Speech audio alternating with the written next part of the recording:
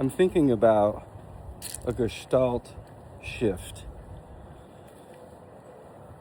And that is a really interesting, it's when your brain all at once looks at an image or information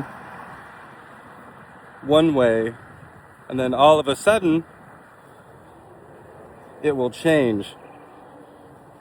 And that shift, it's probably best represented in that you see like they'll have the illustrations of it looks like a cup, but then all of a sudden it'll look like two faces looking at each other, right? Or you have the younger lady, young woman, and then it suddenly becomes the older woman right in front of your eyes.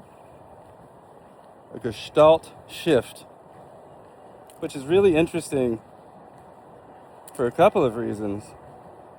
But to think that we try to put things in groups, that's how apparently our mind works.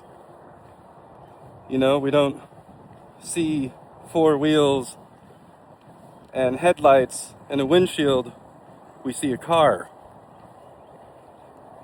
And so we look to group things together as a way to sort of understand and make sense of what's going on around us. But we fill in gaps in order to try to make sense of things.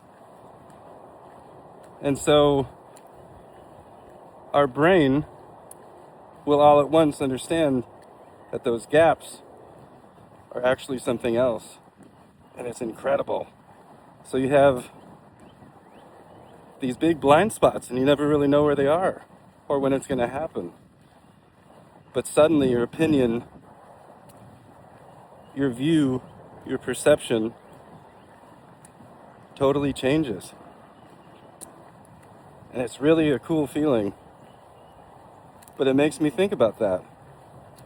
The holes in our perception in order to try to group things together, to try to make sense of the world around us. How would we know what holes we could possibly have in our attempt to try to make sense of the world, right? I guess we don't, until it changes right in front of us.